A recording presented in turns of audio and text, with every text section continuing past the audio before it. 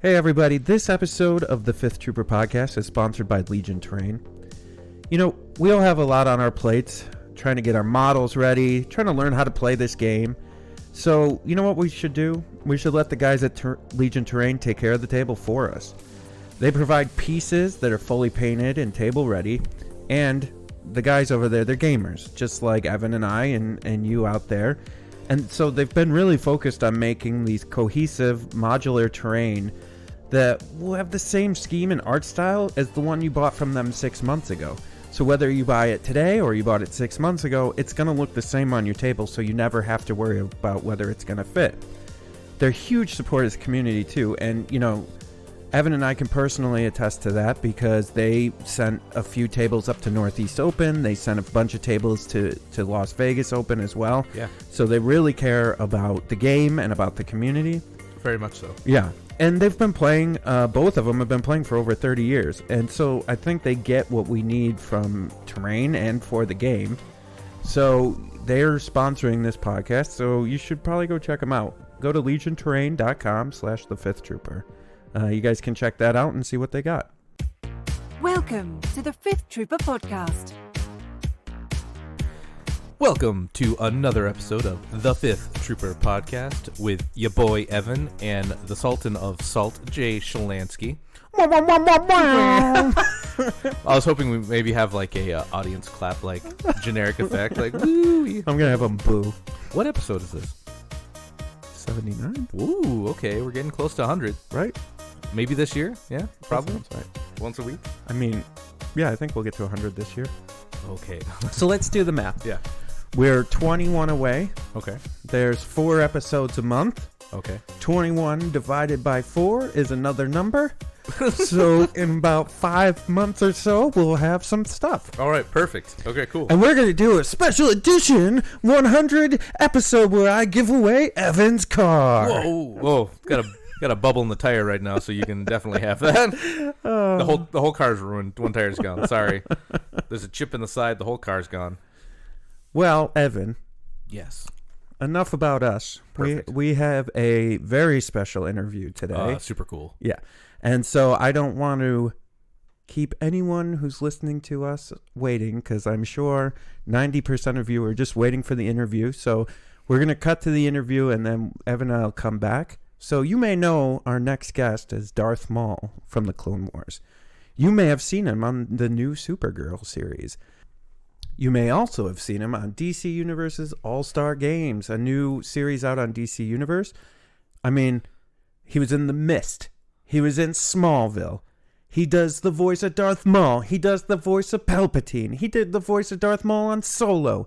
He's done all kinds of crazy stuff. You missed one. What did I miss? Starkiller. Oh, yeah. He was also... I mean, it's not It's canon extended, anymore, yeah. but Yeah, the Force it's not Unleashed real. one was real dope. It's not real And anymore. he was even in Soul Calibur 4? 3? Oh, yeah. Oh, and what's that game? Days Gone? Yep, yeah. Yeah, he's the voice in that as well. So with no... Be prepared. With no further setup or waiting, here is our interview with Sam Witwer. Hit it. My next guest is an avid gamer, Ewok liberation activist, and oh yeah, you may have heard his voice or seen his face on your favorite TV show or movie. Sam Witwer, welcome to the Fifth Trooper podcast. How are you doing? How's everything going? Good, man. So I think first and foremost, thank you for coming on, but also I'd like to talk about Ewoks and Legion.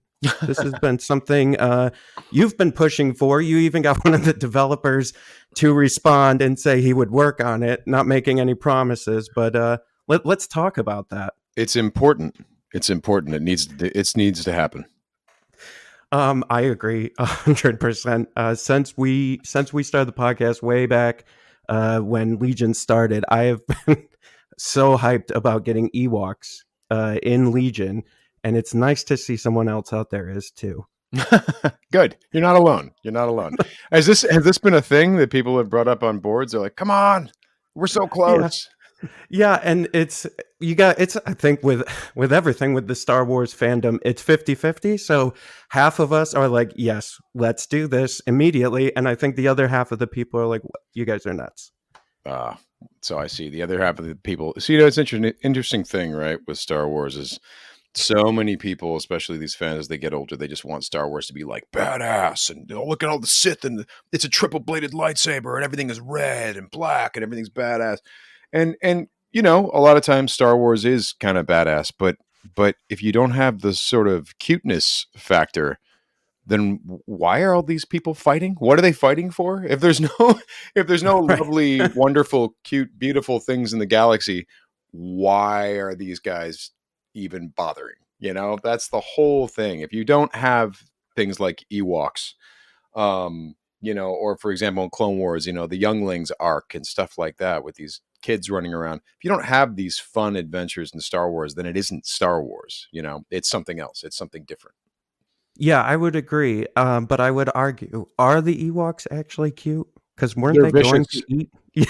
Yeah, they eat their foes. They've demonstrated not only willingness, but like I think we saw that at the end of Return of the Jedi. They just didn't, you know, show the spit with the dead stormtrooper. They just showed the shells, the armor.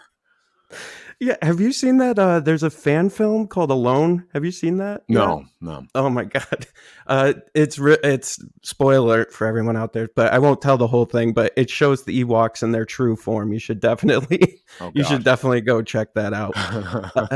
Horrifying. It's well worth the watch.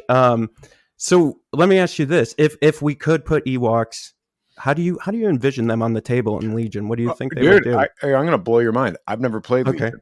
Never played it. come on, No, not once. no, no, no, no. I'm waiting to paint all this All stuff right. up, and then I'm going to go for it. I mean, I'm a Well, huge gamer, but like I've yeah. painted something like 80 figures. But I'm not going to play until I'm ready. So you know, like for example, this morning finalized a bunch of super battle droids. You know, like I Hmm. can't launch the droid army until I have a balanced fighting force against the Jedi, man. So that's what's up. Well, I think you're getting distracted with all your Vader and Palpatine painting, right? So if you, Yeah, no, see that limited edition Vader that I painted recently. It's on my Twitter. I guess you must have seen it. That was something I was terrified to even approach painting. So you know, like the whole thing is this. Like I've played Imperial Assault, and I've obviously played a lot of role playing games, and I love the Fantasy Flight Star Wars role playing game in particular. I think they just nailed it. Um, so a while back, years back, I painted the entire Imperial Assault set and played it, and it was really, really fun. So since Legion has been coming out, I was like, God, yeah, I really want to get into another Star Wars minis game, but I've been so busy, and I would be like buying up these boxes of minis, and then I would just sit and look at them as they sat in the corner doing nothing. So recently, I'm like, okay, all right, I've got to get this done. So I've literally set aside time where all I do is like yeah. obsessively paint these things. My entire dinner table is like destroyed right now. It's taken over. So, but I'm actually I'm getting to a point where I can pause and play the game a little while, you know, stuff like that. But I'm doing some fun stuff. I'm like installing magnets on like this on the Mm. X34 speeder so that you can take the optional upgrade soldiers and like just kind of stick them on and they stick with magnets and then they pop off. And, I don't know. So you know, you're going to be really disappointed if you want to talk strategy because I don't know what the hell. I've read the rules because I realize I need to be aware of the rules as I paint them to realize who's a special unit and who's not. For example, I was painting up a bunch of security battle droids until I realized, oh, that's a unit type, or I meant a mini type in the unit. Yeah. So Yeah. it modifies the unit. So I'm like, oh, I gotta be judicious about how I do this. And Well, there goes the second half of the interview. No, yeah, right, totally. no, it's fine. I think it's interesting too because that's fine. We could talk about the hobby aspect. That's one of the things we really like talking about on the cast, anyways. And I think everyone has a different approach to the hobby. Like some of us are, we got to play and we'll just do it as we go. But there definitely are a lot of people who are in the same boat as you, who are more of like need to complete the army first, and then I'll put it on the table. Sort of like, yeah. I mean, I just want to make sure I have a good enough. You have enough options, enough choices. So when I invite my buddies over, that you know, there's some fun to building the army, that type of thing. So Yeah, yeah, and I think I think it's good. And I know that I think it was on your Twitch you had mentioned that you had been watching a lot of videos as well, to kind of help you move along into the painting. You mean the Sarastro stuff? Yeah, yep. Oh yeah, yeah, dude, that guy. Yeah, that's pretty much why I'm into this painting hobby. Is I mean, I surely painted minis back in the day when I was playing D&D, like in high school and stuff like that, but badly, very badly. And when I started watching his, his tutorials, it was like, oh wow, you can actually learn how to do this well, and he'll walk you through it. That's amazing. So I couldn't recommend Sarastro's stuff enough. Like, once you've done it long enough, you basically find that you now have techniques and go-to methods to paint these things up. Like, the super battle droids, I'm like, oh, I know how to achieve that effect in the movie. I know how to make it look, like that metallic thing, a little bit shiny but not too shiny, and with some crud underneath, and the anyway, yeah, like, Yeah. so it's been really, really fun. And in terms of that Vader that I talked about, the Celebration limited edition Vader with him on top of the rocks and everything like that, that was something So that I good. knew I really wanted to paint, but I was like, I've got to get back into the hobby. I painted Imperial Assault years ago, and I've got to like relearn my skills before I even attempt Vader. And dude, but sadly, Vader was also one of the first figures that I primed, and I completely screwed the priming. Like, it's all gunky and rough. And there's only, it's not like I could get another one of them for like $200 on on Yeah. eBay because it's Right. limited edition. So Right. I completely messed up the primer because I'm like, so my skills have atrophied to the point where I don't even know how to prime figures anymore properly. So when I did start working on Vader, he was very rough, and I had to sort of get the smooth feeling through paint and figuring out how to layer it and do this and do that. Having said that, the Mustafar theme that I went to, a little bit of roughness actually worked, made him seem a little dry and cracked and, Yeah. angry. So Yeah, man, I really I like how that, something we've seen in Legion in particular, and I'm sure you have seen this across the fandom as well, as how Star Wars can bring in all the different generations. So like we'll see guys at the table that are 50, 60 years old, but then we'll also see, down like two tables down from them, they're 13, 12, 10, and they like move into, because I don't know, I think some of these games are becoming more popular now, like D&D, and where for a while there, I think maybe when we were younger it wasn't as cool to do it as it is now. Now it no, seems like no, no, of it course not. seems like, No, right, it seems like everyone's doing it now. I wouldn't be But doing an interview about it if this was 1996. that's right, career suicide. Yeah. No, I mean, no, it's funny. I think I was a little bit shameless back in high school about letting people know what I was about, but only a little bit shameless. Now I'm utterly shameless, and hey, I'm a total geek. I'm into this stuff. So Well, yeah, and it's just it allows, I think, Star Wars has brought in everyone, especially in Legion 2. Just it just feels okay now and fine, and all these different people from all these different walks of life can play and can be part of it, and it's kind of part of the popular culture now, not just Star Wars, but I mean gaming and oh putting yes. little toys on tables and going to these conventions and playing. It's yeah, I love that evolution of all of these hobbies because this was like, I mean, we were just so into this back in the day when we were all growing up and had seemingly all the time in the world to do this stuff. And boy, yeah, it's kind of the golden age now for for these hobbies, for gaming of all kinds. It's just totally awesome. Yeah, well, and I mean, and it's I mean, it has been for a few years, I think, but I feel like the last year, maybe year and a half, especially for TV shows and like special streaming, like you guys are doing DC Universe All Star Games now, right? And Totally, so yeah.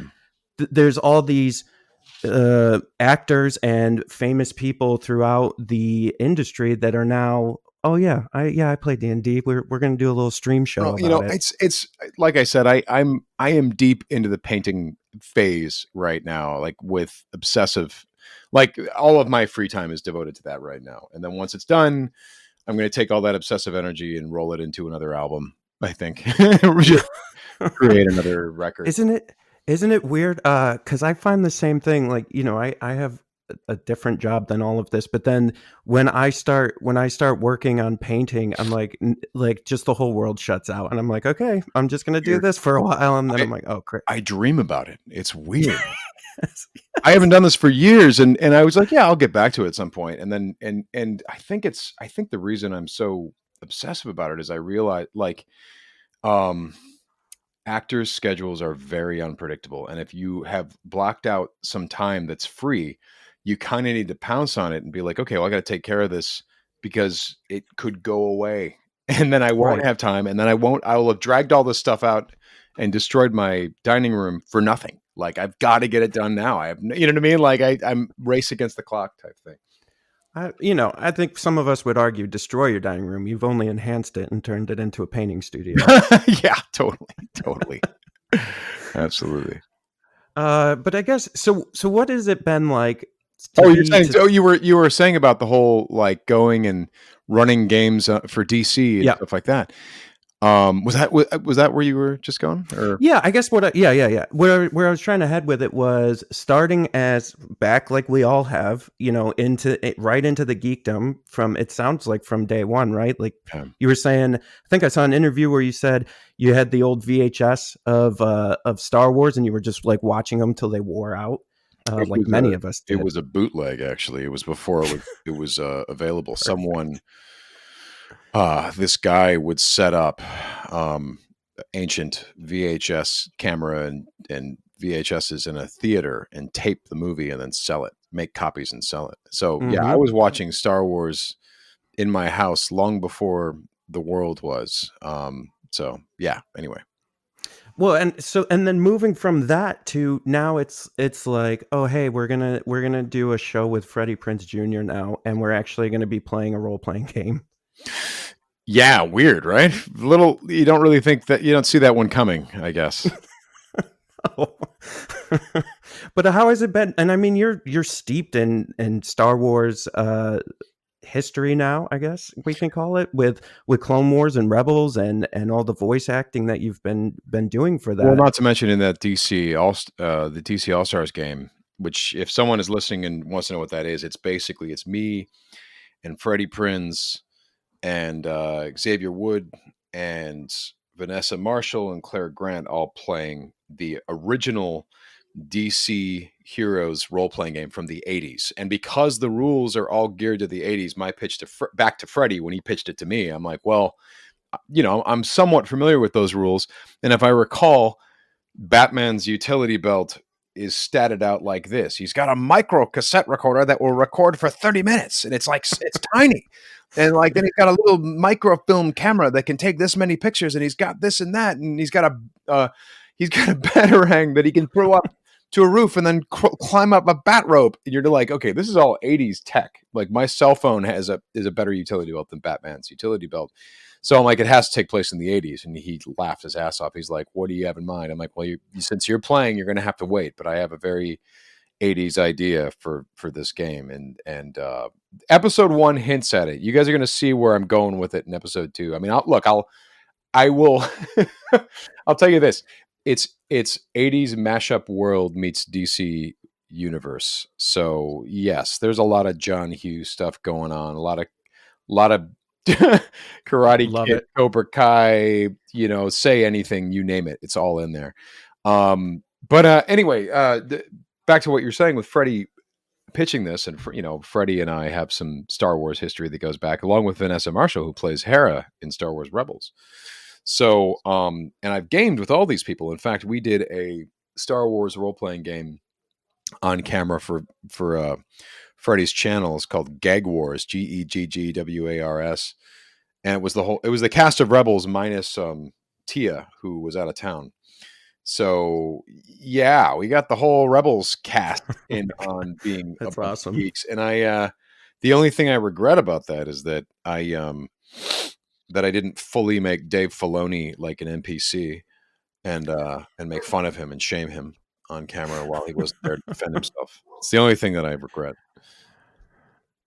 Oh man. So what's it been like with the resurgence of Clone Wars coming out on Disney Plus? How Crazy.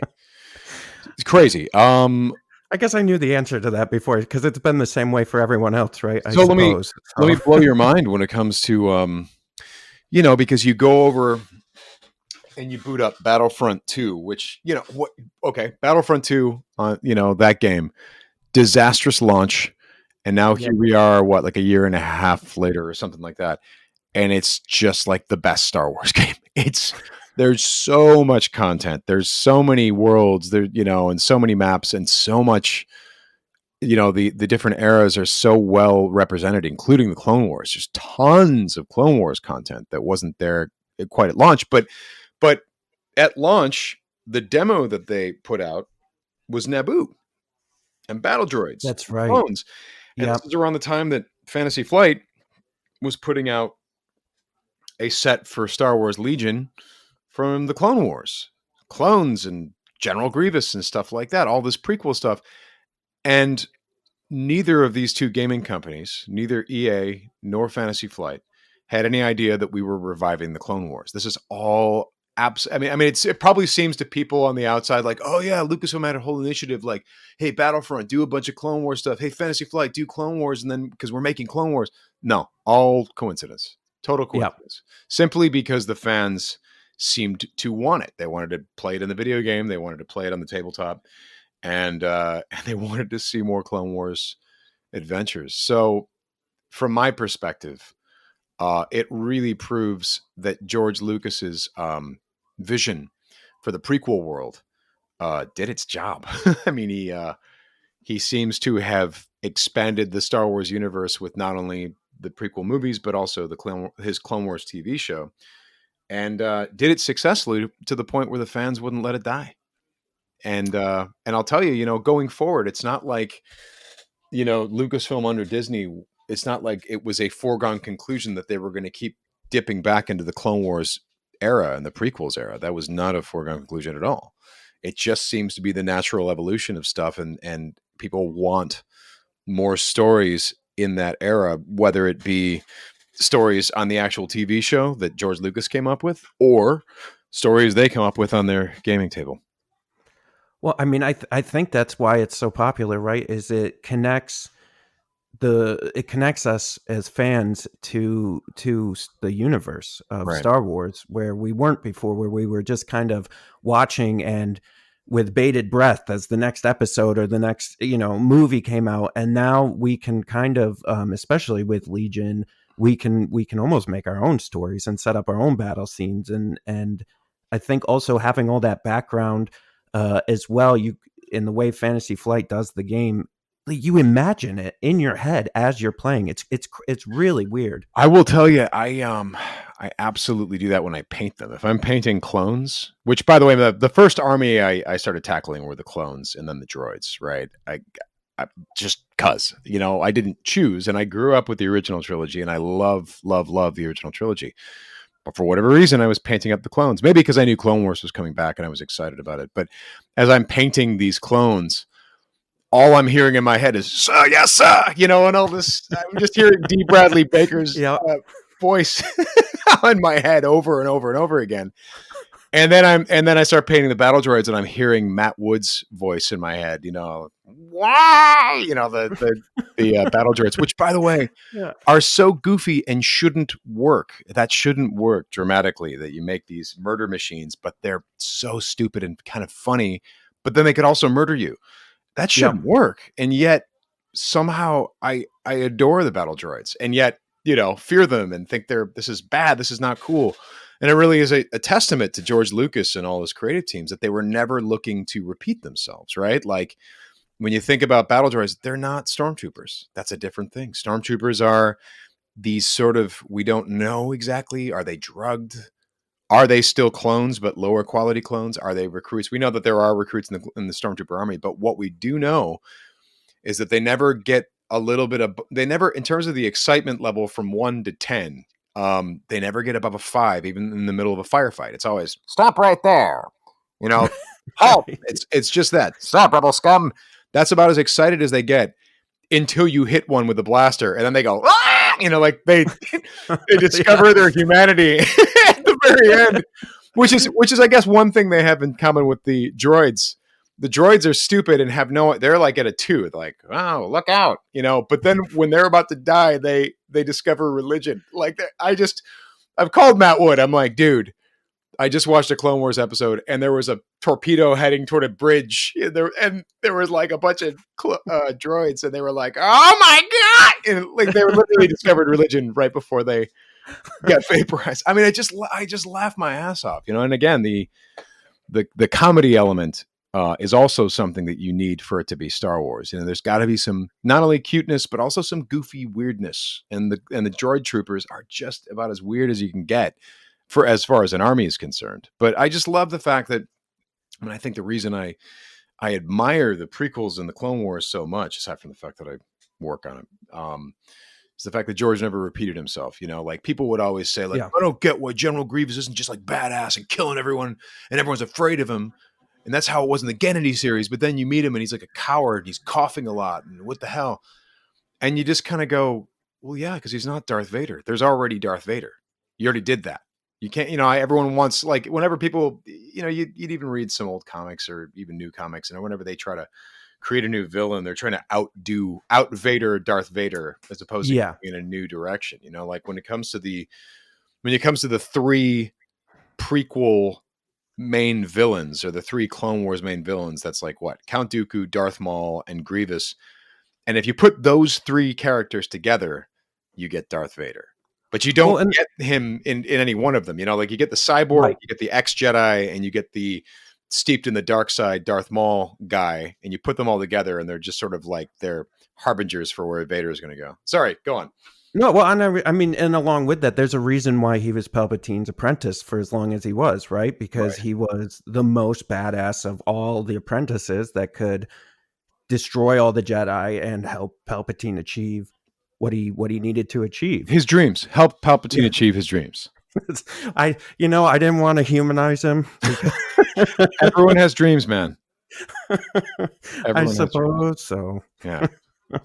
But yeah, it's one of the things that Dave Filoni said to me a couple times when we were talking about story this and story that. He says it's hard sometimes because you have to remind yourself, like, I know he's Anakin Skywalker and he's younger, but the bad guys are up against Darth Vader. The bad guys are up against Darth Vader. And so they really shouldn't win that much because Anakin is supposed to be great. Now, when you go to Rebels, the good guys are up against Darth Vader and they shouldn't win against him because it's Darth Vader. You know what I mean? Like there was always the focus of what are the sort of properties of these characters? And while Anakin is a younger version, so he can be, he can be defeated here and there, but he's Darth Vader, man. You can't. Yeah, right. The chosen one, supposedly. Which is why I was so afraid to paint him. I'm like, it's Darth Vader, dude. It's like the central character, aside from, Luke, Leia, and Han. It's Vader. Right, and I mean, and everybody like, and that's to go back to like the funny stuff too. I think that's why you connect with Star Wars because, I mean, look at how many people love Darth Vader. Even though he's the villain until Return. And so, but like all the marketing, they know how to market it. It's Darth Vader. Like bring him back for Rogue One, like do all, you know what I mean? It's just, it's so good. But I think you have to do that too, especially with the Clone Wars, the stuff that you guys do, because that's all about like the base level war and the day in and day out of the war. So if you didn't have some humor in there, it would be a different beast altogether, I think. Oh, it would. And again, Clone Wars was, it was sort of a filmmaking laboratory for George Lucas and for Dave Filoni. Trying to figure out. Hold on for a second. Stand by. Yep. Trying to figure out how many different types of, how many different genres you can visit inside the Star Wars world. How many different types of movies you can do, or films, experimental films you can do inside of the Star Wars universe. I mean, when you watch it and you think about it in that way, it even makes more sense because you're like, oh yeah, George Lucas he's obviously sick of Star Wars because he made it, right? It's not that precious to him. So he's going in all these new directions and trying all these new things. And sometimes, yes, it's Mugen tea. It's poison Snapple on Mandalore, which maybe doesn't work as well. But other times it's it's Force priestesses and Night Sisters of Dathomir, and it's the Mortis trilogy, and it's all kinds of weird, bizarre stuff, or I dare say, the Younglings arc, this weird Goonies in space type thing. It was, like I absolutely adore that show for that reason, that you never quite knew what you were going to get week in, week out. And when it comes to the new season, it's fun because it's been sort of designed to gain momentum as it goes. Like, the stories are all really great, but we save the whole, it changes the way you look at Star Wars stuff for the last episodes. We save the stuff that's going to make people go, I never thought of it that way, and brains exploding. We have that, but we're not going to show it to you before the end. So, well, yeah, and I mean, and that's something that even Clone Wars and Rebels both brought. Like that last battle between Obi-Wan and Maul on Tatooine was, oh my god! I think I've watched just that little fight scene and the just the dialogue probably 100 times on YouTube. It's just so good. It's interesting. One of the things that I think I have figured out about Star Wars fans, well, and maybe because I am a Star Wars fan, maybe that's why I feel like I know this, but all the Star Wars fans want is to feel like the people that are making it love it as much as they do. Yeah. In fact, and know it as much, if not more, than they do. Like anytime that particular scene that you're talking about, I have had not a lot of people, but I've had people come up to me in cons at a con somewhere and say, I was let down. I really wanted a big lightsaber fight, and I was let down that it was the last thing between Obi-Wan and Maul was so brief. And then when I tell them why we made that decision and say, hey, listen, that Obi-Wan is in a place where he's reflecting on his mistakes. And there's all these moments where, it's like meeting your high school bully, except now you're 28 years old. Right. And suddenly you become that insecure 14-year-old for a moment. And Obi-Wan strikes up his lightsaber and goes into the Ewan McGregor pose. And then he remembers, no, wait, that was the mistake. That was always the mistake. Right. I'm not Ewan McGregor, and I'm Obi-Wan Kenobi. Goes into the Alec Guinness pose, and then goes, I'm going to use this same trick on Maul, and goes into the Liam Neeson pose, which then cues Maul up, turns Maul into the 14-year-old high school bully, and makes Maul try to do the same move on Obi-Wan that he tried on Qui-Gon Jinn, and it's this big, every move, every little shot is a chess move before they actually attack each other. Every ready pose they get into, and also Maul's whole thing of like completely misreading the situation, of walking in and saying, oh, look at this pathetic guy. And, it's time. I've toyed with this guy enough over the years and tangled with him and had my victories, but also defeats. It's time to end this pathetic guy. Maybe finally I'll feel better about myself,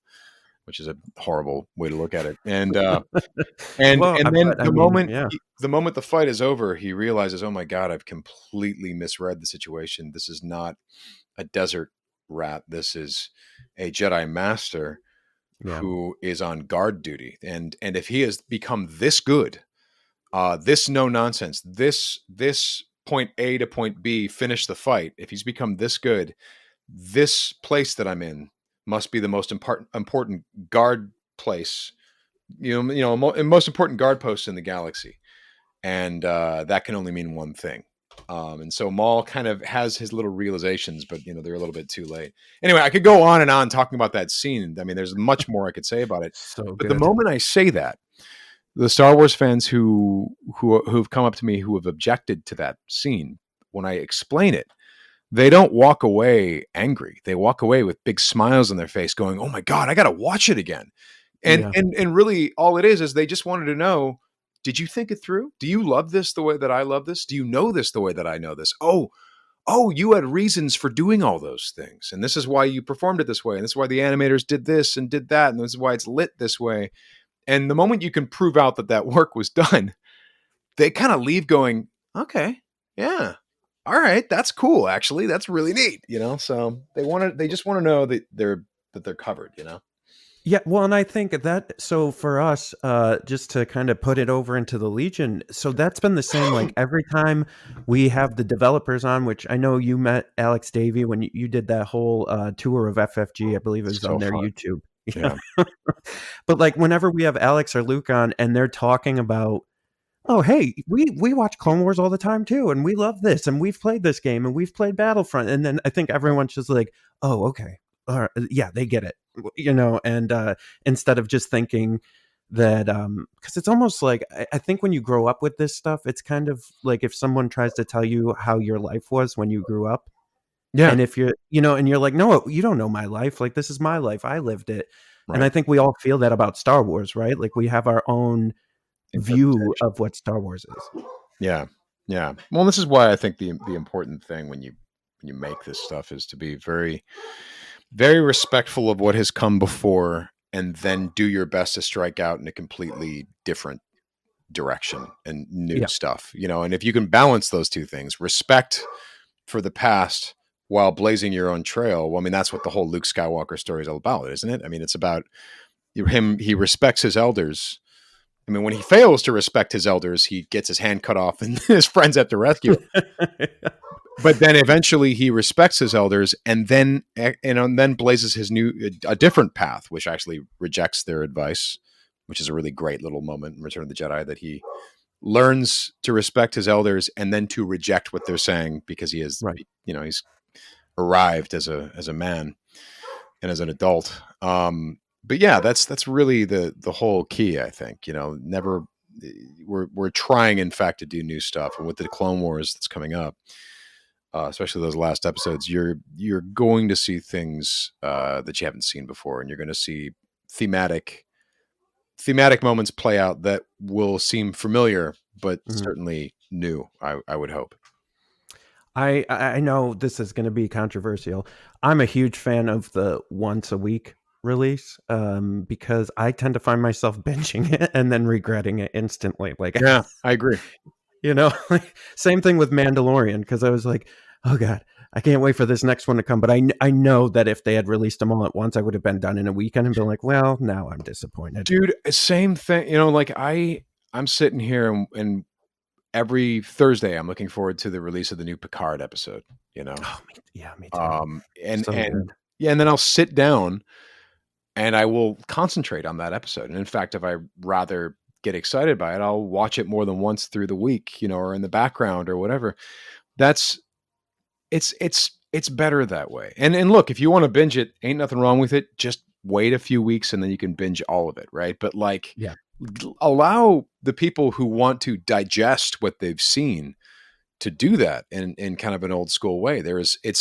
Look, sitting and watching an episode and then thinking about it for a week is akin to a lot of things that we've kind of lost. It's akin to taking a vinyl and putting it on a record player and listening to an album, not just putting it and having it in the background. No, like actively listening to what an artist did from beginning to end on an album.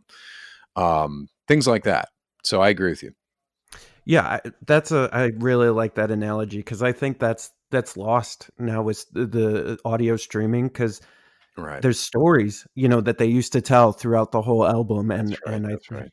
and you're like listening to the progression of the musician from, like, you can kind of have a sense of where they started, even if it's like song 4. Yes. You can that that's where they started this album, but then in song 3, that's where they completed it, and you're like, oh my God, like I can hear that. Absolutely. Yeah, totally. Yeah, and I think TV shows should be the same way, and I miss the old days, and so I'm so glad that Disney and CBS they're both on that same train. We're like, no, we're gonna do these once a week for you guys. No, they're doing it. They're doing it right. They're doing it right. I'll tell you that because I was given screeners of the first 8 Clone Wars episodes, and because we were doing press, I needed to watch them right away, and I regret it.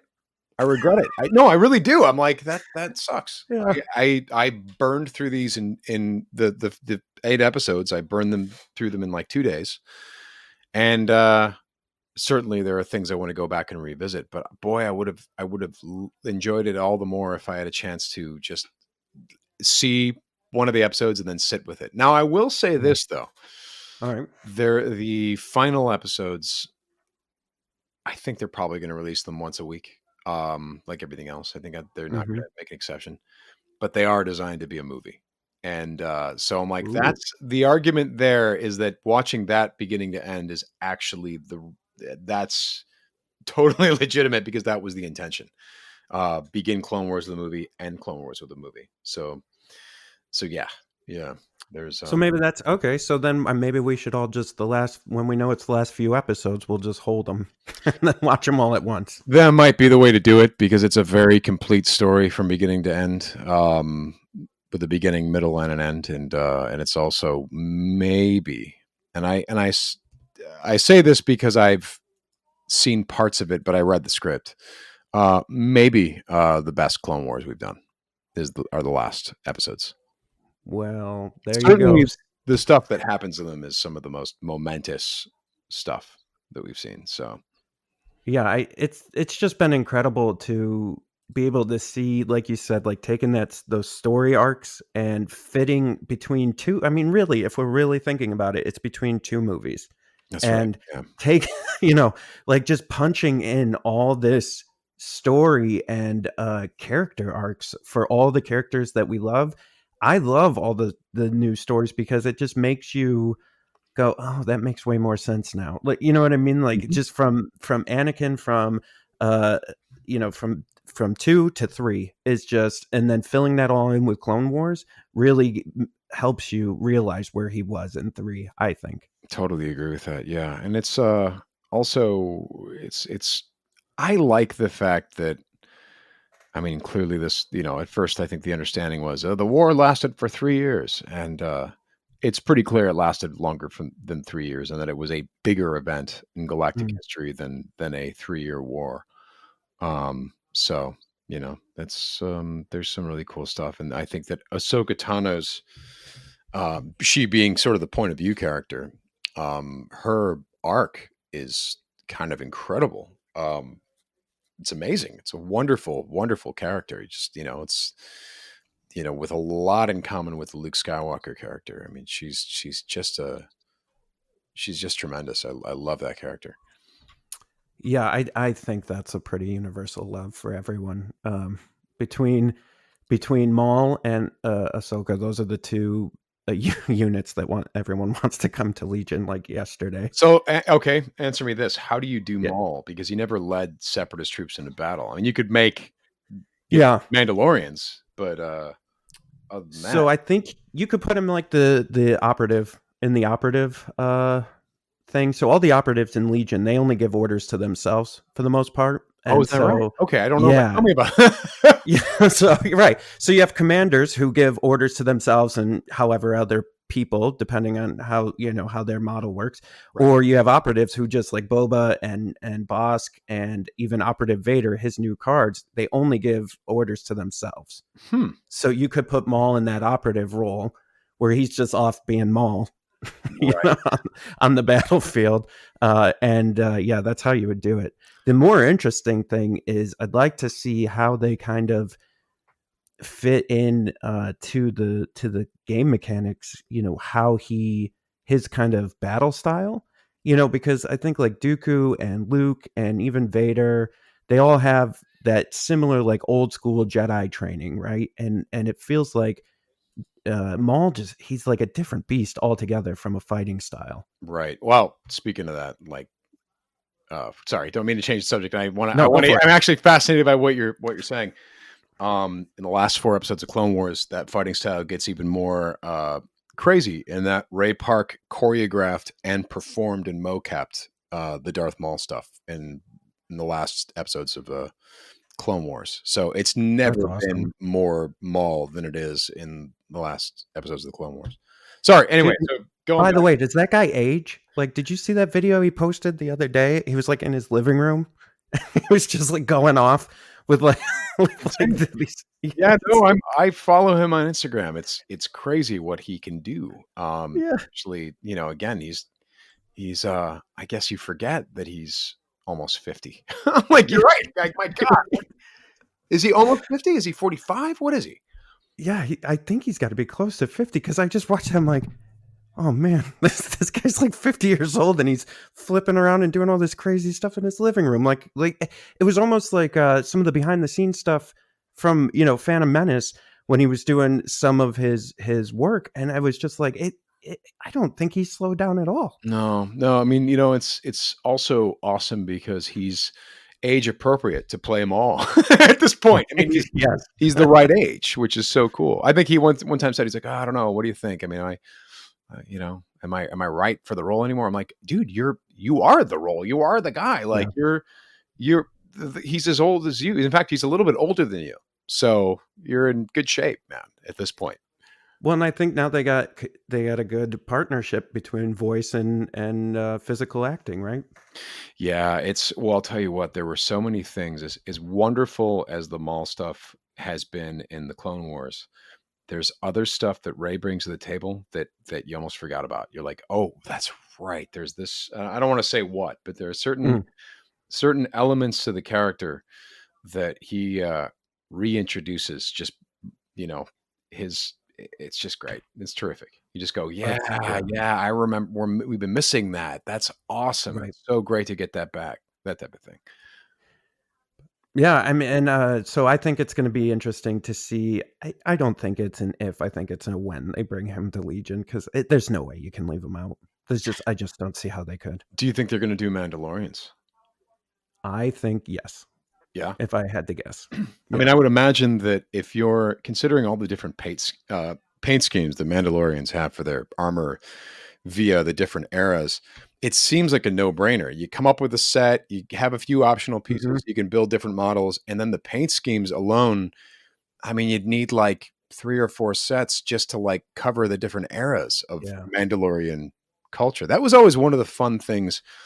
I remember the Karen Travis Mandalorian fans and Karen Travis herself were so upset when George started doing his Mandalore arc, and the planet Mandalore was a pacifist planet, and they were so upset. And then suddenly, and Pre Vizsla played by Jon Favreau, funny enough, starts putting together the warrior cast, bringing that back to Mandalorian culture, and manufacturing and wearing the old Beskar armor, and it's in the colors of Death Watch and all that.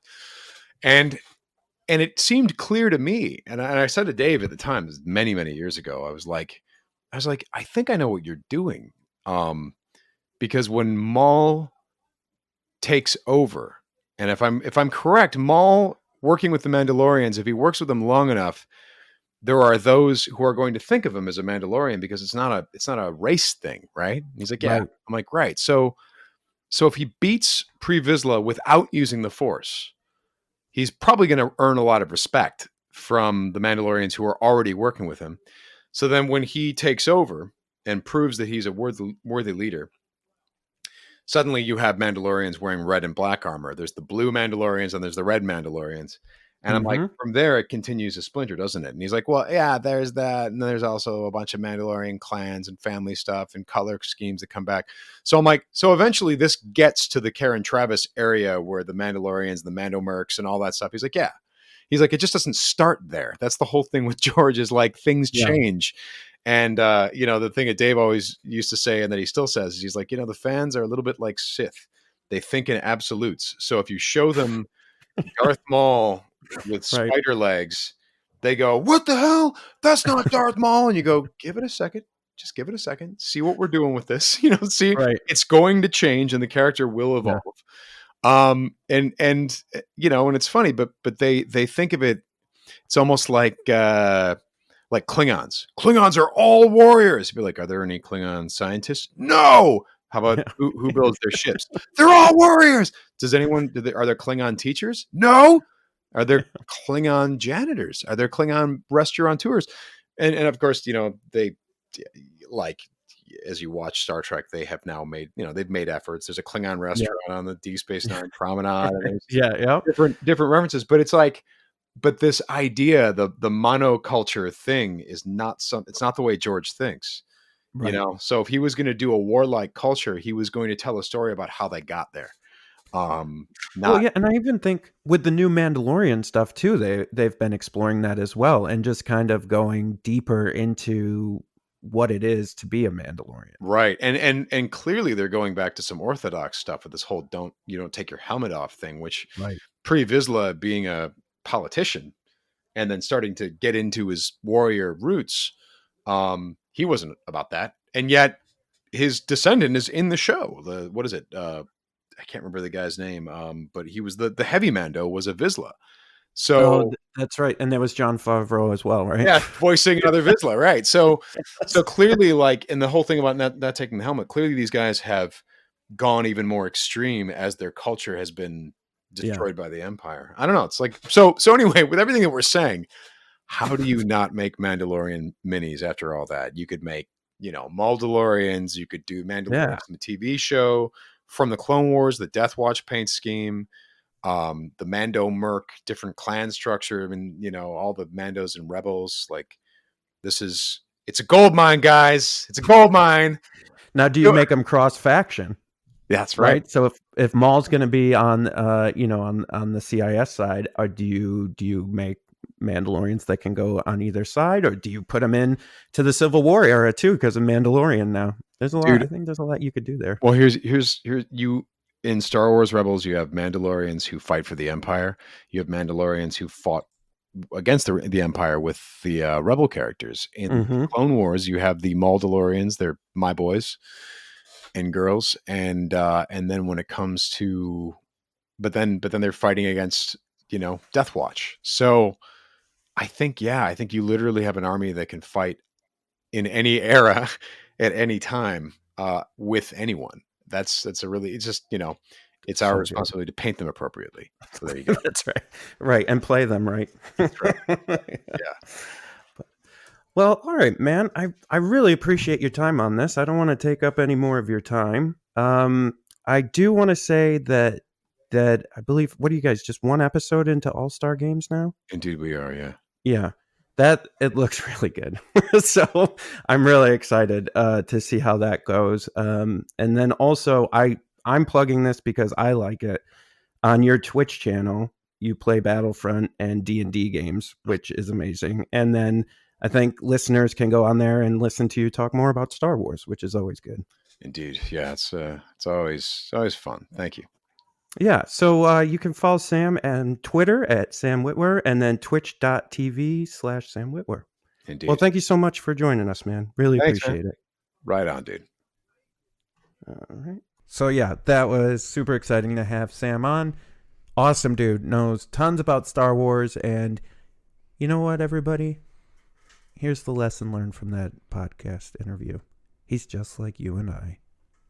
A real chill dude. Real chill guy who loves Star Wars. Who loves some Legion. And painting minis. Hey, man. I'm going to be honest with everyone out there. I got a little thrown. I had all these questions for him about playing Legion. And within the first 5 minutes of that interview, he's like, I'm going to blow your mind. I don't even play Legion. And I was like, wait, what? And so you guys heard it. He explained that he's been painting. He's been reading up on the rules, but he wants to have all his minis painted so he can have his friends over and they can play with painted minis. But like, I was like, basically had this whole sheet of like interview questions, and I was just like, all right, we're doing it live. Yeah. Luckily I kind of did the research and plan, but like, oh man, that was a real big chunk of my questions. Hey, that's awesome. But no, that was super cool. Like, even, I get coming from like getting into a miniature game if you like Star Wars, or any like World War II or anything. Like, I have 2 armies for bolt action. Yep. Mostly because I don't think I could talk anybody into play, and I built them in hopes one day someone sees them on my shelf and goes, "Oh, is that a half-track German tank?" I'm like, "Yes, it is. Would you like to play bolt action, the most stunning World War II venture game you can find?" Yeah, it's cool, and I mean, we heard in that interview that he played Imperial Assault, FFG's Imperial Assault game. Rip. He plays D&D. He has his Twitch channel, which I plugged in the interview, but twitch.tv/Sam Witwer. He's always playing Battlefront 2 on there, and then like he'll be playing, and then he'll just start talking about Star Wars and like the books and Clone Wars and no, man, he's a super fan, cool. Right? Like, it's always funny when the voice actor plays the character, and they do the Overwatch. voice actors used to do that a lot. So you see people like stop, like just saying what the character's saying, right?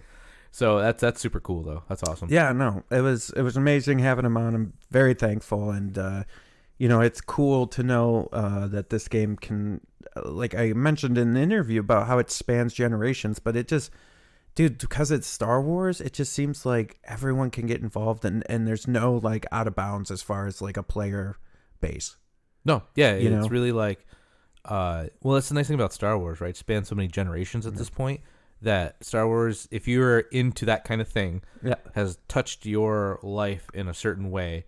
And someone put it interestingly that like Star Wars is like our current mythos, like our Roman gods teaching us like lessons about, you don't have to get super deep with this, but I mean the Force is generally like light says be good. Yep. Right. Like that's, I mean, at the end of the day, that's the main, right.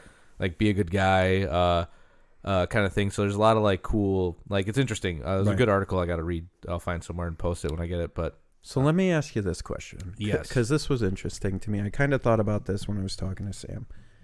He said he likes the painting, the hobby. Mm-hmm. He got the minis. He's just been obsessed with like painting. He got Celebration Vader, and that's awesome. Yeah. Yeah. How many people out there do you think are just buying this game for the minis to paint them? Don't even care about the game itself. They just walk into a shop somewhere and they're like, "Whoa, I want to paint that." It's funny you say that, 'cause every once in a while in the Legion Facebook group or the Legion painting Facebook group, you'll see someone make a beautiful diorama. Like there's one Scarif one. I don't know. Unfortunately, I'm sorry if you're there. Send us a message. Let us know who you are. We don't know. We're not thinking right now. But they had like POW and Pathfinders coming out of the forest, and it had like 3 stormtroopers, and there's a great couple ones I saw with like Hoth with a snowtrooper, and like they're good models, and like they're only getting better, right? Like I had my gripes with like early Leia stuff like that, like but now like a new model comes out, like you look at like Iden. Right, you can see her whole model online. Super cool, right? Like the helmet, no helmet, or Cad Bane. Yep. Right, like he looks super detailed and hat, no hat. Like if this was Gen 1, it would just been hat. Right, like it's so cool that you got some options, or even Bosk with like that is interesting, and it being like the same scale as some of the like the Bandai models and the Revel models. Like I wonder if people are like just creating scenes and dioramas with them too. That's it really it's a cool hobby. Yeah, like, it didn't truly hit me until he said that, like, oh no, I'm just like into painting them because they're super cool models, and then I'll play later. Like, how many people don't even care about the game, and they're just like, oh snap, it's an ATST. Well, look at like train enthusiasts. Yeah, right. Yeah. Like, there's no game to that, right? It's just like having a cool setup. Look at World War II. Like tanks, right? You can buy a World War II tank paint, and sometimes you can buy infantry. Like I bought some infantry when I was a kid. I wanted to build them and like play with them, but also like when I got older, I kept them around as like a cool little diorama on my desk, like having a tank, and then having like a cool little scene. Like and this is Star Wars, man. If I had the access to Star Wars to do that, I would have done that, double back then. Now, unfortunately, like my desk is just cluttered with like Legion minis, and I feel like a mad scientist who's like, I build a list, I try it, it doesn't work for me. I knock it on the floor and be like, fools! Like I'll never figure it out. But, I think too, especially us on the content creation side and people who are really into the game. I think we can get wrapped up into the competitive side a lot of the time and just forget that. There's a whole other aspect to the game, which is hobby and just the tabletop, casual player at home who's maybe just playing skirmish or maybe playing that bunker thing or, and I don't know. It just made me think a lot about that and like how many people are just out there just like, oh man, I love painting these minis and making their own games. Right. I mean, like there's a popular game called Gaslands that people just like to make Mad Max like. So for people out there who don't know what that is, tell us what that is. Okay, so Gaslands is a book by Osprey Games, or a game system. You buy a Hot Wheels car, so $1, and you're in. Yeah. The book is like $12, $12 to $14 to get like the core book, or $30 for like the big one, and that's it. Like they have templates you print out and paint, so it's a little bit like X-Wing, where you put down a template and you move the car, but you play it like you can do like Death Race, or you can do like Mad Max. Like they have like a lot of like. One of our local guys, Stefan, does this awesome portable death arena that he can stack in his car that folds out in this crate, and he has made all the Twisted Metal characters. So he's got all the Twisted Metal characters. You play down into this like construction zone with these characters. It's amazing, right? Like, it's super cool. But even if you don't take it to that level, just like grabbing a couple Hot Wheels and playing around with like ramming and shooting. There's like 7 or 17 factions now.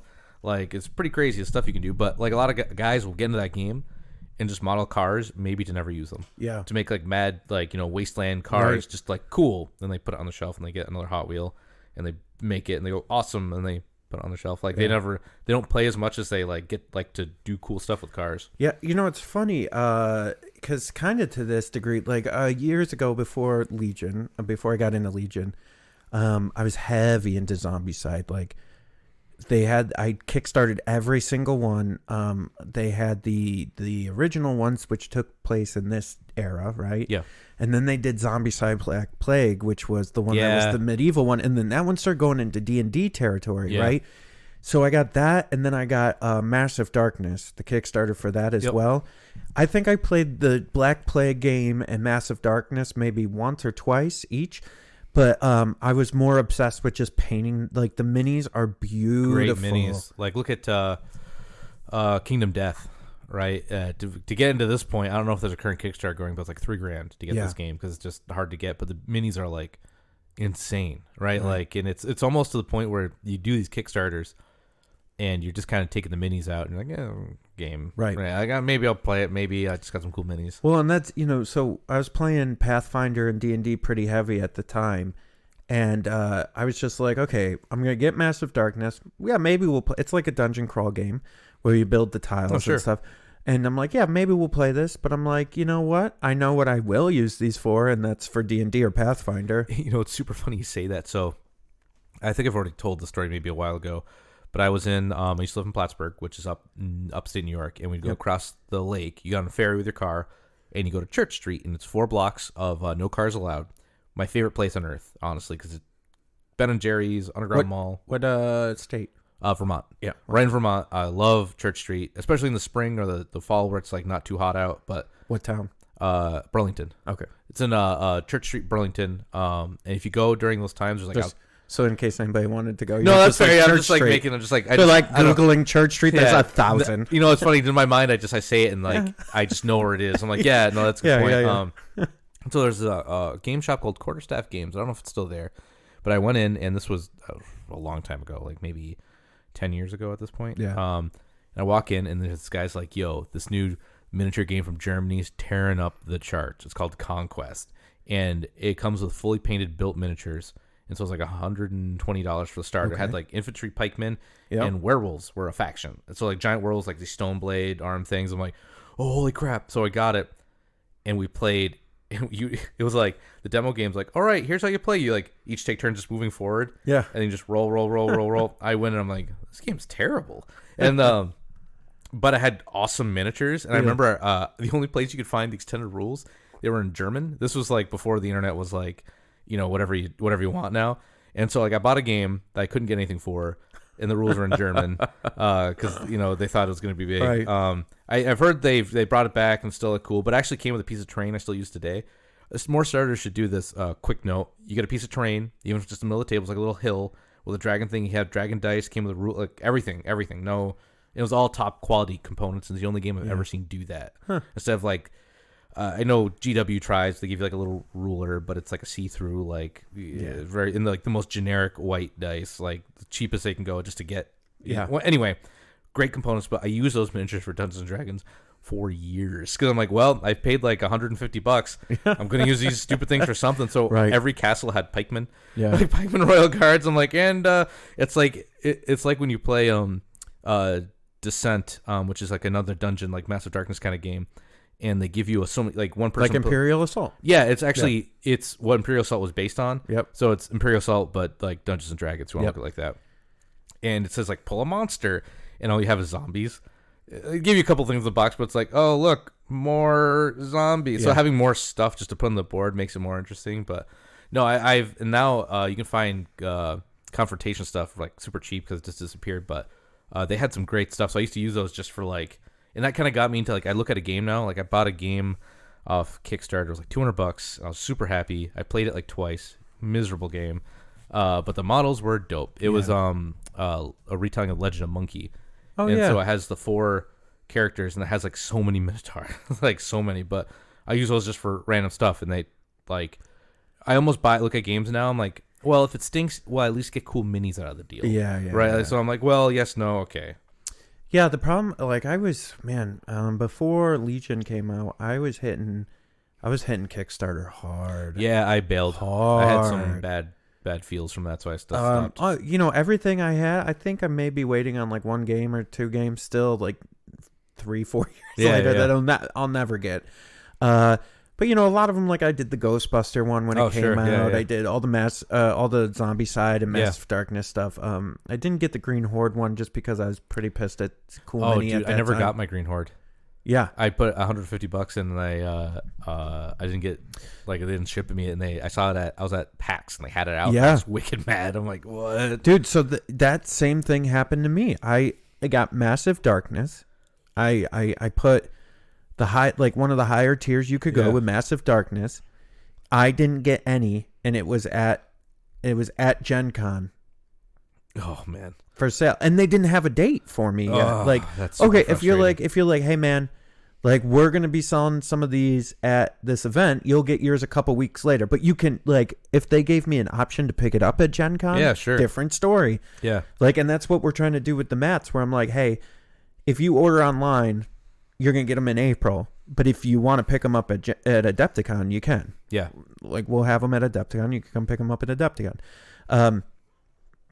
Which is good, but like, yeah, it's just like, yeah, Cool Mini really, really threw me off there when they did that. And so I didn't go into Green Horde, and I haven't given them any of my money since. I got to give them a second chance because I still see some of their games come out that I'm interested in, but I'm very firm believer. And if, like, you don't like something, just don't buy it. Like, vote with your dollar, I suppose. So like, I just won't. I'll find, there's so many. The problem is too, is the board game industry. Like, you walk into like a game store, there are so many options now. Right. Like, you being the only game in town and doing it kind of like lousily, doesn't work anymore. Right. Like, you have to be the best, because if not, there's, there's X-Wing, or now there's the Battlestar Galactica version coming out. And I'm not saying, again, I gotta give Cool Mini another shot in one of their games. It's been the wounds have healed, but still, I'm just like, like, look at the company that does Root has a game called Vast, which is an asymmetrical board game where one person plays the dungeon, one person plays goblins, one person plays a dragon, one person plays a hero. I'm like, I could play that over Darkness, right? Like Massive Darkness. Yep. And still have a good afternoon out of the deal. Yeah, it's just strange, and like, I get it. It's not easy, like, to put out product, and we all have problems, but it's just like, I don't know, man. Well, like, I can't give them another. Like, just no, I get it. Give them another one.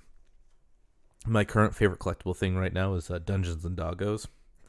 I never played it, but I keep buying the miniatures because there's a husky that's a paladin, and I love playing paladins. Perfect. And I love huskies, so we're in, baby. I'll paint them up for something at some point.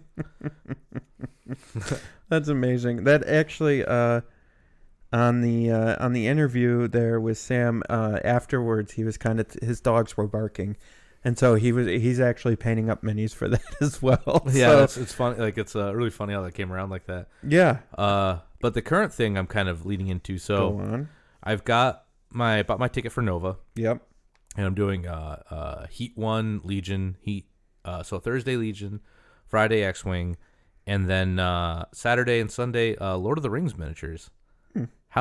Ask me how many games I've played of Lord of the Rings miniatures. So how many games of Lord of the Rings have you played? 0. I looked at the books. Our buddy Dash and our other buddy Nick say it's a great game, and I asked them, like, can I play as Sauron? They go, yes. I looked up his model, is only $40. And I know that sounds like a lot for one model, but like, it looks pretty good, and it's not $80. Right? It could be worse. And so I'm like, well, how do I get Sauron on the table? And I'm like, well, I want that scene from the beginning of the movie where he takes his mace and he's just like bashing guys around. Yep. And like, well, he's got that ability. I need a buddy in melee he gets to like swing on. I'm like, whoa, go. how do I can I do ring race? Like, yeah, you can play as ring race. I'm like, well, okay. And so I'm like starting to like, mini panic because I don't need another miniature game, but I'm looking at the prices. They're not like that bad. Right. So I'm like, oh no. So here we go. You might see some battle reports of Lord of the Rings come up here soon. Perfect. Yeah, well, we've been threatening to do a Song of Ice and Fire as well since we got it at Adepticon, but that doesn't sound good. Yeah. Here's a fine game. I keep meaning to, but honestly, it's coming around the next Adepticon, and I still haven't opened that box. It's like sitting in the same spot. I got home from Adepticon. Yeah. Like, oh, man, what a crazy drive that was. I put it in the corner with the other stuff I got. And besides a couple things I picked out, the 2 games are still unwrapped there. And so I was talking to him just before the cast. I'm like, maybe I just sell this? Like, just to, like, fund my Lord of the Rings? Dude, it's crazy. Yeah, I mean, I literally have... Like, this isn't an exaggeration. I might be underselling this. I probably have 50,000 Magic cards. Oh, probably. Probably more, but I'm going to say about 50,000. And I threaten every year. I'm like, I'm just going to sell these. Like, I'm not even playing Magic anymore. I don't play. I was only playing Standard, and I mean, I was playing some other stuff at the time, but like, I just have so many Magic cards that I just haven't touched. Like, there's got to be thousands of dollars and thousands of dollars worth of stuff there that I'm like, I should sell these. But then I'm like, what happens if I don't want to? Right. It's like I gave away all my Magic cards a while ago. I had a lot too because I played Modern pretty heavily. I kept like 2 of my Modern decks. Yeah. And I just gave the rest away to one of my buddies who really like that was his thing. I'm like, hey man, Merry Christmas. Right. Tears, everything. And it was like boxes and boxes and boxes. And it was like hard letting them go, but I actually hadn't looked through any of them in years. And I'm like, at this point in my life, I'm like, look, if I own this thing and I hadn't needed it for 3 years, I'll never need it again. Or I'll just get I'll get it again if I need it, right? Like, well, so it's funny because I can, off the top of my head, I can probably think of $1,000 worth of cards. It's like a handful of cards because I have like, I was playing Commander, so I have like some dual lands, and I have some like really good lands in general. Are just that's what keeps me out of the. I used to play Modern a lot, so I played Burn, which is just red, which is direct damage, because it was the cheapest way to get into it. Yeah. And now I played Green Stompy, which is just same thing, green except creatures who do stuff that just come out and die, but I couldn't ever play dual colored decks because I couldn't afford the lands. So I wanted to be competitive, so I played Urzatron, which is more or less a bunch of lands come out. If you get them all out, they like form a super mana thing for you to bring a big creature out. I played all the Eldrazi, like the big guys. But again, like that wasn't like the expense. I was borrowing cards to make the deck because everything else I had was just like... But yeah, like the buy-in to play competitive for that was just too high for me. Yep. That's why I enjoy miniature games like this where like... I like B2s, so I bought a box of B2s. Right. And I'm good forever. Right. Like it's just like I don't have to like fish for B2s. Yeah, like, and if you do your research, and let's say you want to let's just talk competitive for a second. If you want it to be competitive, you can research and you can go, okay, how do I get 800 points? And then you go just buy those models and that set, and then you're done and you can move on. Well, right, like the nice thing about Legion, let's say you just like, I just want to play Rebels. Yeah. One army. I applaud the man or woman who can do one faction and just stick only to one guns. Guns never going anywhere else. Like stick to that faction and not like eventually go, well, maybe I want to do droids too. Right. And like bleed into it because I pretty much one of our friends, Brad, who wanted to get into it. I just gave him like, I'm like, build a list you think you want to play, and we're kind of giving advice what to play, and he built it. I just gave him my Shores, my Death Troopers, my Krennic. I gave him all the stuff. I'm like, when you buy them yourself, just give me mine back, and we'll swap back. But I'm never going to touch these again. Like, it's so funny. I love the Galactic Civil War era. Yeah. I just love that era. Yeah. And I know a lot of people like Clone Wars, and I get it. Like, there's a lot of cool stuff. It just wasn't something I grew up on or really connected with. Yeah. Like, even like the Clone Wars cartoon is good. I don't connect with it on any visceral level. But like, I keep tempting. Like, I keep going, oh man, droids look really neat. And I'm like, yeah, maybe I'm getting into some droids. And then I'm like, nah, I can't leave the Empire. Well, I can't leave the Empire. So the biggest thing here, the most important lesson for Legion, just play what you like, man. Yeah. Like, I'm a firm believer that if you just get really good at like take fleet troopers and you really just know how to play them, you can find even a competitive use for them. You just got to champion. Like agreed. Like in 40K, there's like a couple players who my buddy Matt was telling me, he's like, they play bad armies, but they play them so much that they're not bad anymore. Right? Like they know how to play them, so like they just play what they like. And I think that's something we've always promoted is if you find something that you like and that speaks to you on a personal level, there really aren't any real bad units. There's units that just aren't great, but they're not like even the T-47 has a place right now in the meta. So I think if you can find something that makes you feel good about playing and that just speaks to you in your heart, that's what you got to play the heart of the mini. The heart of the mini. Well, right. Like it's cool because there's like you kind of have to go out of your way to make a real bad list. Right. Like a really just unplayable mess that doesn't make any sense. Right. You almost have to go, I want this to be bad. Yeah. Because most people, when they show me their first list and like, I don't know if this is good, I'm like, yeah, it looks fine. Like, try it. You know, like honestly, like when people send me lists, like, what do you think? And I'm like, I don't know, give it a shot. And some people are like, well, no, I need to know if it's good or not. I'm like, well, I don't know how you play. So you might, like, a list for me might be real bad for you. Right. But it's just how I like to do it. So give it a shot and let me know. And then if you say I don't like it because it didn't do X, I'll be like, all right, well, let's talk about how we get to do X. Right.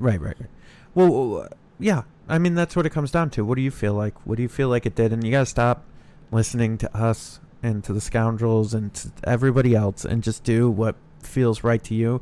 Like maybe listen to us and them about tactics and stuff, but like I don't know, man, when we tell you something's bad, like a mini's bad or something, we're just talking, right? Like, so you know, Jay and I were talking about this a while ago, that like we just started this as like our book club. We just wanted to talk about Legion in a bigger fashion, and then it kind of became like this thing, right? Like it became like, well, let's get like Scoundrels, like it was some of Jay's friends are like, hey, you know, could we do our own thing? Like, yeah, let's do that. So Notorious Scoundrels came up, and you know, like my friend Matt Bailey and I, we've got this 40K podcast coming out. We're like, oh yeah, that's coming out soon. He's a professional. I'm the ding dong new guy, right? And I enjoy my ding dongness, but like more or less it's just gonna be like he wants to talk about like how to get into the game, like you know, it's we do it because we really enjoy the content, and we're looking. You know, we're always looking to do like interesting stuff. Like that's why when we get all these new people coming in, it's more people coming to us to saying like, hey, you know, can I write an article for you? I'm like, yeah, sure, let's give it a look. You know, like, well, at least we'll look at it, right? Like, so it's you know, there's this weird misconception that we're just like amoebaing in all these groups, but it's more like people just kind of come up to us and say like, hey, yeah, I mean, like with everything, I think there's always misconceptions. You know, like everybody thinks I have Evan tied up and force him to be the raccoon, but makes me eat mashed potatoes. It's just not true. Sick. Yeah. Oh, let's on a final note here. Can we talk about something? Yeah. This is real serious. Yeah. Mississippi pot roast. Dude, so good. I ate so many mashed potatoes. Dude, Mississippi pot roast is the best. Dude, so Rachel has a menu that she rotates through on these nights, and so it used to be taco pinwheel was my favorite. I'll reach out to her for a recipe, but this time it's the Mississippi pot roast is coming quite high on the list. Yeah, it's so good. I'll have to get the recipe for you guys, but it's basically like a beef roast. We have our own cow, but we have now a whole half a cow. Well, I did half a cow. Yeah, half a cow. And so you get a little roast in there. There's some pepperoncinis. There's some ranch. There's some beef gravy sauce in there. There's a bunch of other stuff. I mean, it's chef's kiss. Chef's kiss. Chef's kiss. Good. So good. And then she does this. She does these mashed potatoes that are to die for, fluffity puffity marshmallows, and some a little bit of broccoli on the side. I ate a little bit too much tonight. So good, yeah. And then there's there was birthday cake. Your kid's birthday cake, and I'm like, so we were joking. It's like the first thing. So you know, she posts a picture of her son with a birthday cake, and she's like, "Yo, happy birthday, Jack!" That like. And I was about to message her. I'm like, so you're saying there's gonna be some birthday cake left over when I get over there? That's happy birthday to him. But where's that cake though? Yeah, where's that cake? But all right, everybody. I think that is gonna wrap it up for us. Thank you for listening to the Fifth Trooper podcast. We will talk to you next week. Everyone, stay rad. Bye. Bye. Don't forget to visit Legion Terrain at legionterrain.com/thefifthtrooper. Also, you can support us on Patreon at patreon.com/thefifthtrooper. Join us next week for another edition of the Fifth Trooper podcast. This has been a Fifth Trooper production.